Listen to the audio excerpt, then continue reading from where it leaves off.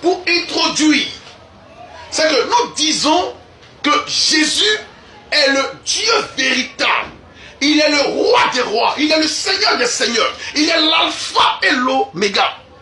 Il est le lion de la tribu de Judas. Et si quelqu'un ne croit pas que Jésus est le Dieu véritable, cette personne ne peut pas réellement découvrir Dieu et ne peut pas être sauvé. Donc, pour introduire, frère, je vais m'arrêter là. Et je suis venu ici aujourd'hui avec la DDR parce que je sais que le niveau il est quand même élevé. Donc, on aura vraiment des arguments et aussi, voilà, pour mieux exposer la divinité de Jésus. Merci bien. Merci beaucoup, cher ami. Bonne arrivée. Merci. Merci dans le locaux. Voilà. Jésus-Christ, Dieu. Donc, comme je le disais, elle est à la fois facile et difficile à répondre. Pourquoi? Elle est facile en posant simplement la question à Jésus-Christ s'il était Dieu. En lui posant la question. C'est très facile. Lui, il nous dira s'il est Dieu ou il est prophète ou il est un envoyé de Dieu. Parce que nous savons que l'envoyé de Dieu ne peut être que un prophète ou un messager. Même si Jésus ne dit pas je suis prophète. À partir du moment où il dit Dieu m'a envoyé, il est prophète et messager. Ça c'est clair. Et la Bible dit, c'est vrai, ils vont dire non, ça ne sort pas de la bouche de Jésus. Oui, mais la Bible dit que Jésus est prophète. Il y a au moins 4 à 5 versets dans la Bible où la Bible déclare, faites attention à mes mots, où la Bible dit que Jésus est prophète. Et si ce passage de la Bible est vrai, il est prophète.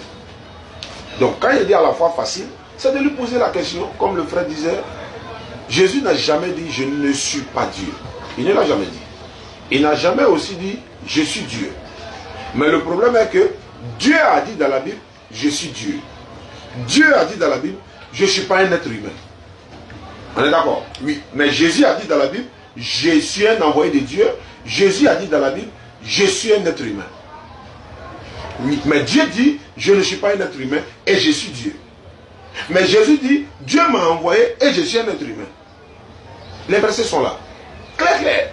Ce n'est pas pour dire non chose. Jean chapitre 8 verset 40. Quand vous regardez ici dans cette version de Louis II, révisée et corrigée, Jean 8 verset 40, Jésus dit, mais en réalité, vous cherchez à me faire mourir, moi en tant qu'un être humain.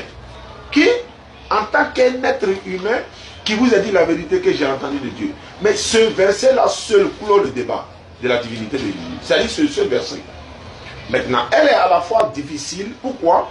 Parce que c'est les versets maintenant à équivoque ou encore à interprétation diverse qui va amener les débats, qui va rendre la chose difficile. Non, non, non, Philippiens, il a dit celui qui m'a vu a vu le Père, je suis le chemin, la vérité, la vie, le Père est en moi, je suis dans le Père, il est l'image invisible de Dieu véritable. Voilà. Ah oui, c'est vrai, c'est important de vérifier. Donne-lui ça, Jean 8, 40, tu trouves ça pour lui. Et s'il peut le lire, même ça me fait plaisir.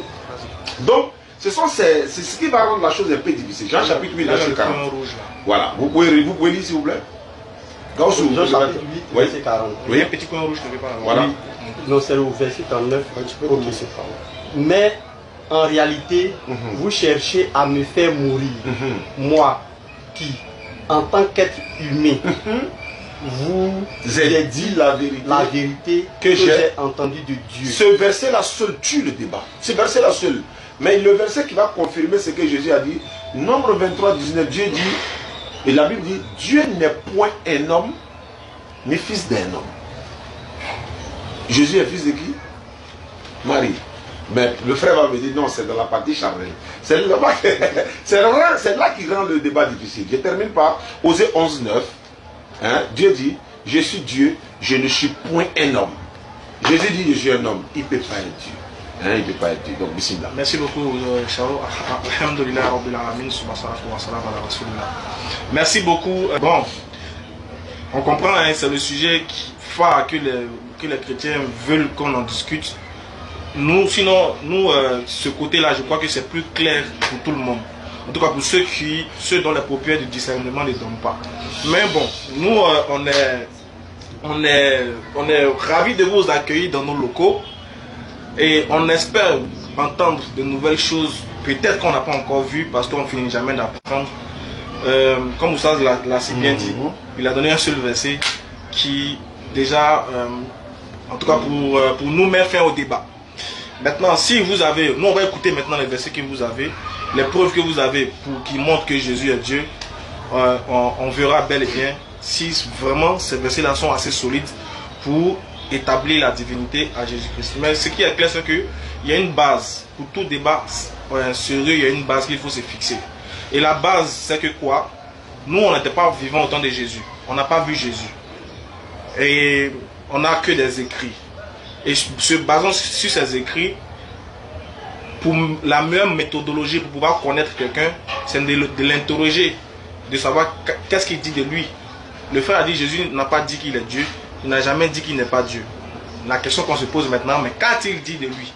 Voilà, il a dit quoi? S'il n'a pas dit je ne suis pas Dieu, il n'a pas dit je suis Dieu, mais il a dit quoi? Comme Jean 8,40 vient de le dire, il a dit je suis un être humain, j'ai entendu une vérité de la part de Dieu. Et c'est là notre prophète aussi l'a dit. Quand vous lisez Sourate 41, quand vous lisez les versets du Coran, il dit je suis qu'un être humain comme vous. Il m'a été révélé que votre Dieu est unique. Donc c'est à cela que nous vous appelons l'unicité de Dieu. Pas un Dieu trinitaire, pas une compréhension trinitaire ou compréhension de l'hypostase ou bien une compréhension, je ne sais pas. Mais sachez que du moment où vous allez faire sortir d'autres arguments dans lesquels Dieu a pris forme, mais Dieu est venu dans la création, sachez que vous êtes en train de prêcher le paganisme. Le paganisme, c'est quelque chose de très complexe. Donc il faut faire attention à ce que vous dites. Vous dites que vous êtes une religion monothéisme. Alors c'est quoi le monothéisme chez vous? Il faut comprendre que le monothéisme il a son sens. Et c'est quelque chose de très important. Alors faire d'une créature de Dieu, Dieu, c'est vraiment très compliqué. Alors, moi j'aimerais juste essayer encore de donner un autre verset pour compléter sur celui de Jean 8. Sinon on peut s'arrêter seulement que sur Jean 8, 40. Et sur Jean 8, 40, Jésus lui-même, quand il dit qu'il est un être, il faut suivre le temps. Quand il dit qu'il est un être humain, voilà. Quand Jésus dit qu'il est un être humain, je crois que logique et raison doit accepter qu'il soit un être humain. Quand Dieu dit qu'il n'est pas un être humain, on doit accepter que logique et raison que Dieu n'est pas un être humain. Déjà, sur cette base, nous les musulmans, sachez une chose, nous on n'est pas les ennemis de Jésus, on n'est pas les ennemis des chrétiens, on n'est pas les ennemis du Christ. Non. Nous, dans notre foi, Dieu nous a déjà dit que lui, il ne rentre pas dans la création. Parce que lui, il est l'auteur de la création. Il dirige la création, il maîtrise la création sans pour autant faire partie de la création. Parce que si Dieu rentre dans la création, il va obéir aux lois de la création. Et il sera soumis dans le temps et dans l'espace. Et c'est des critères, c'est des choses qu'on ne peut pas attribuer à Dieu. Nous, voilà notre conception de Dieu chez nous. Dieu, il est tout puissant. Il est tout ce qu'on peut, sauf ce qu'on peut imaginer. Il est capable de toutes choses, mais il ne fait pas tout et n'importe quoi. Parce qu'il y a des attributs qui s'est donné qui l'interdisent de faire n'importe quoi. Parce que Dieu dit, par exemple, un exemple, Dieu dit la vérité. Donc Dieu ne peut pas mentir. Vous voyez, on peut dire, quand on dit que Dieu fait tout, mais il ne fait pas n'importe quoi, c'est ça. Il y a des choses qui sont attribuées qui l'empêchent de pouvoir faire ces choses-là. Par exemple, mentir. Dieu ne peut pas mentir parce qu'il s'est attribué lui-même la vérité. Dieu ne peut pas être injuste parce qu'il s'est attribué lui-même quoi? La justice.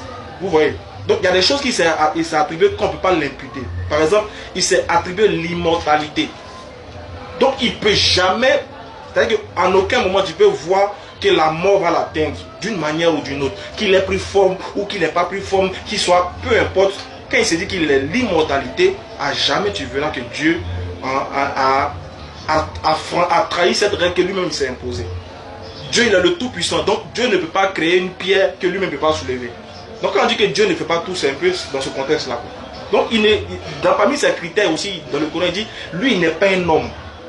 Parce que dire qu'il est un homme là, c'est le rabaisser au plus bas niveau. Voilà, vous n'avez pas idée de dire que Dieu est un homme, mais Dieu a pris forme. Franchement, c'est déliré. En fait, c'est une abomination, à la limite, quoi. Excusez-moi pour le mot. Mais c'est comme ça que nous on conçoit la chose. Voilà, on ne peut pas attribuer ce genre de choses-là à Dieu. Donc on va laisser simplement Jean 8,40. Voilà, Jean 8,40. Vous allez nous dire ce que vous pensez de Jean 8,40 avant même qu'on va essayer de passer à autre chose. Parce que si on lance les versets, on ne va pas bien nous suivre. Qu'est-ce que vous pouvez nous dire de Jean 8,40 d'abord? Et puis on va voir la suite, Inch'Allah. Alors vous avez la parole et vivement que ce débat se passe bien. Merci beaucoup.